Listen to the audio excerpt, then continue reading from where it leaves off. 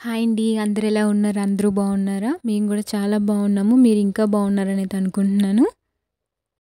ఈరోజు వీడియోలోకి వెళ్ళిపోతే నేనైతే ఎగ్ కర్రీ చేశానన్నమాట.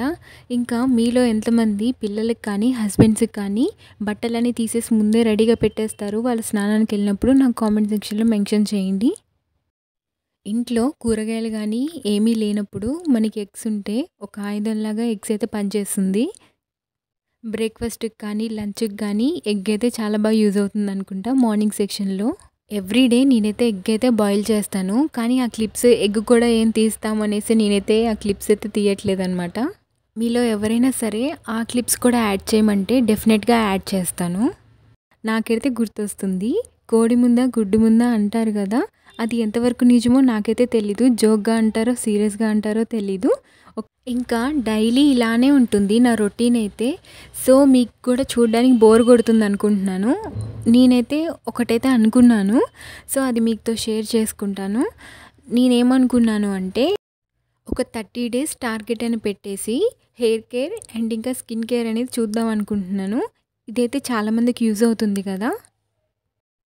హెయిర్ కేర్ కూడా నేనైతే కరెక్ట్‌గానే ఇస్తానండి రివ్యూ. ఒకవేళ వర్క్ చేసిందంటే వర్క్ చేసిందనే చెప్తాను.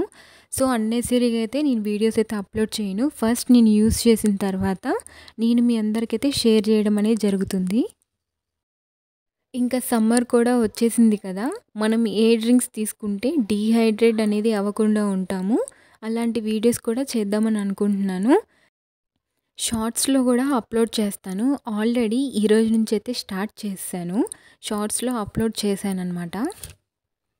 ఇంకా నా వీడియోస్‌లో అయితే 10th తర్వాత పిల్లలు ఏం తీసుకోవాలి, ఎలా చదువుకోవాలి, ఏమి కోర్స్ తీసుకోవాలన్న కన్ఫ్యూజన్‌లో ఉంటారు కదా! వాళ్ళ కోసం అయితే వీడియోస్ చేస్తాను.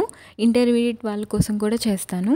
నెక్స్ట్ ఏ కోర్స్ అనేది బెస్ట్, ఏ ఫీల్డ్‌లో వెళ్తే ఫ్యూచర్ ఉంటుంది, అవన్నీ నాకు తెలిసినంత వరకైతే డెఫినెట్‌గా షేర్ చేస్తాను. నా ఎక్స్‌పీరియన్స్ ప్రకారం అయితే చెప్తాను. ఇంకా ఫైనలీ వెయిట్ లాస్ జర్నీ అనేది చేద్దామని అనుకుంటున్నాను.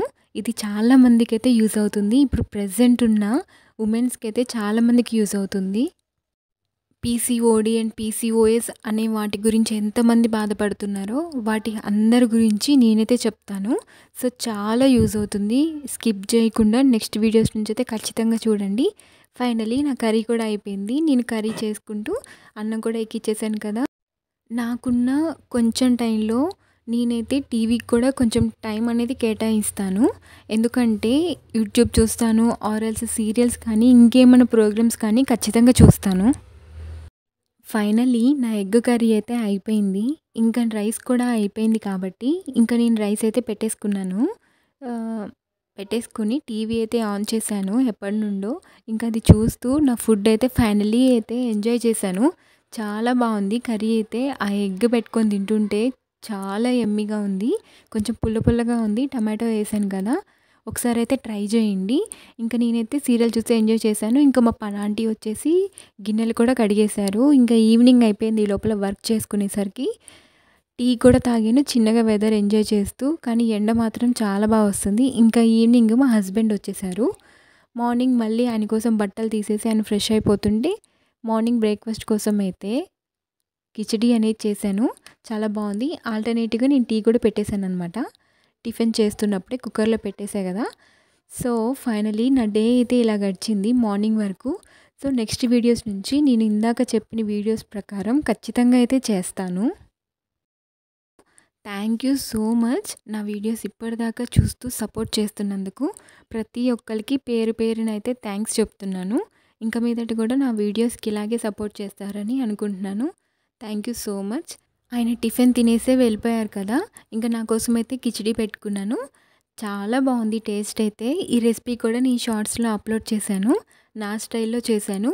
ఒకసారి కనుక కుదిరితే ఒకసారి చెక్ చేయండి. Thank you so much. Bye.